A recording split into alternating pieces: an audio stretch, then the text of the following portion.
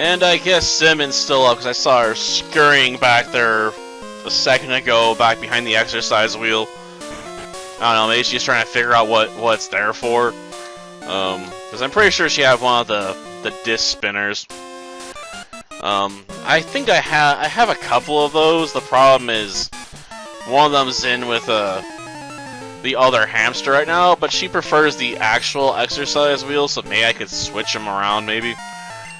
And I got a big one in there with the mice with the bin cages, but not so tall. It let, you know, Simon reach the top and start chewing on the wiring, and that would be bad. Like, there's already holes in there from when Sakura was in there, because, you know, being a Syrian hamster, she was quite a bit taller and was able to use objects to get to the top and pull herself out. It's quite annoying, because I constantly have to take stuff away from her, you know?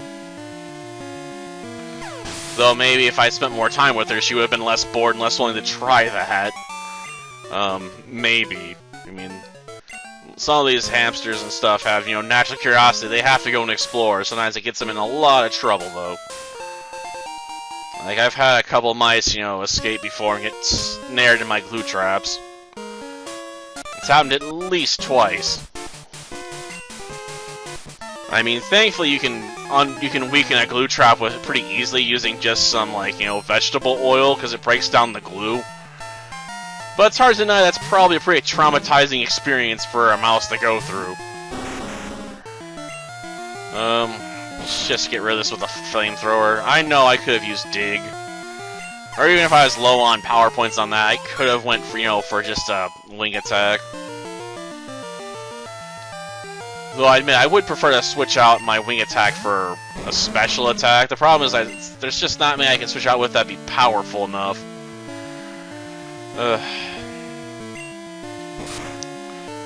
Because, you know, I have stab with the wing attack still. Which makes it better, at least. And if I was to put Dragon Breath in that place, I would lose the bonus. Though I admit Dragon Breath does have another advantage, I suppose. It does have a 30% paralysis chance. And it would give me a super effective move to use against Lance's Dragonites. So that is definitely something worth considering. Though I'll admit, you know, Wing Attack does give me an option for Koga's bug Pokemon. Then again, we can also always use Flamethrower on them. But I only got so many Flamethrowers. I mean, I guess you could work around that using, like, Fire Punch or something, but that is a weaker attack. And I can't, you know, get Flamethrower back in this, because this isn't Crystal, where I can, you know, spend coins, you know, to buy back, get a tutor to teach it to me again. I mean, if I give up Flamethrower, it ain't coming back. So there's no reason I would ever replace it. Like, it'd be better off using Ethers.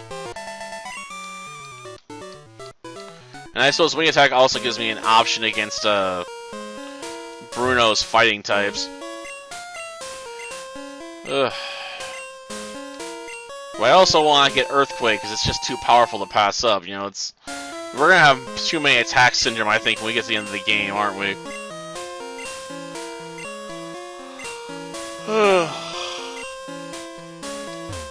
Yeah, please save them. Yeah, I got it.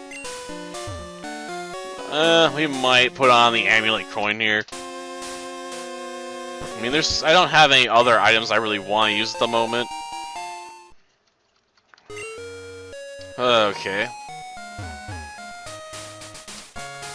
Yeah, we're currently blocked off from where we want to go. Though I don't know if this counts as a visit or not. I mean, if you visit this floor enough times, you actually can get the items down here. But that requires, you know, the patience to go back in and out a couple times. And it kind of annoys me to do that. Ugh. Because I don't think any of the items down there are, you know, particularly worth the effort to get anyway. I mean, the main reason you want to get the amulet coins is just so you can buy, you know, more coins and stuff faster. And even then, that's not the most useful of options.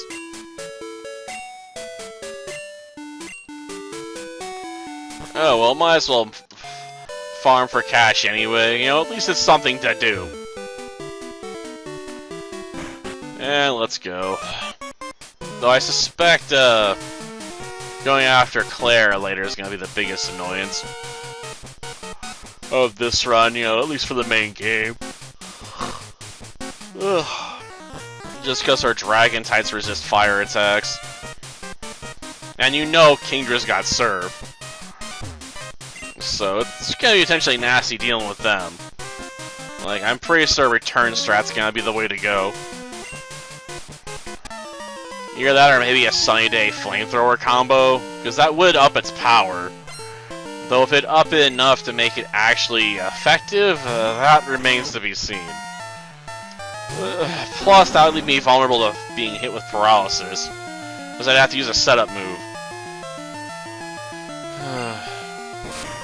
So I'd have to equip Paralyzed Cure Berry, and I wouldn't be able to use, you know, say, Charcoal to further power up my fire attacks. Unless I want kind of like the 75%, you know, accuracy of Thunder Wave when the opponent uses it. That could pay off. You know, if I start over enough times. But I'd rather have something a bit more consistent than that. I suppose we could also use Rest. But I'm not particularly fond of that idea, because then, you know, I'd be vulnerable to getting hit with, like, double Ice Beams or something. Or double Thunderbolts. Because their Dragonairs have a lot of type coverage. Just burn it. Burn it to the ground. Because I ain't got the patience to deal with it. And the Rocket Executive was defeated. Okay. What you got for me, man? Yeah, I remember you. The problem is you haven't gotten much better.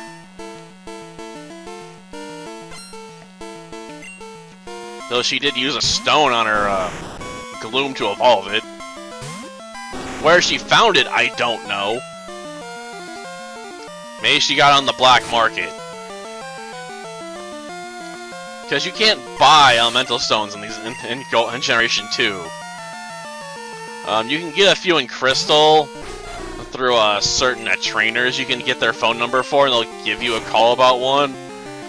Or you can get the ones from Bill's house. If you show his grandpa a certain Pokemon, he'll then give you a stone. But you basically can't get enough to, you know, fully evolve everything that evolves by a stone. It's bloody annoying. That's the list of the reasons why you gotta do trades, you know? Like, I don't want to do a trade.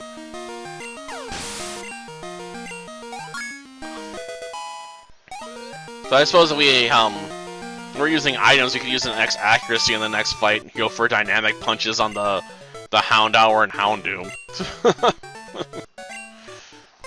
Because 50% accuracy isn't enough to convince me to use it, but with X accuracy in play, I'd be able to guarantee the hit, so it'd be much more impressive.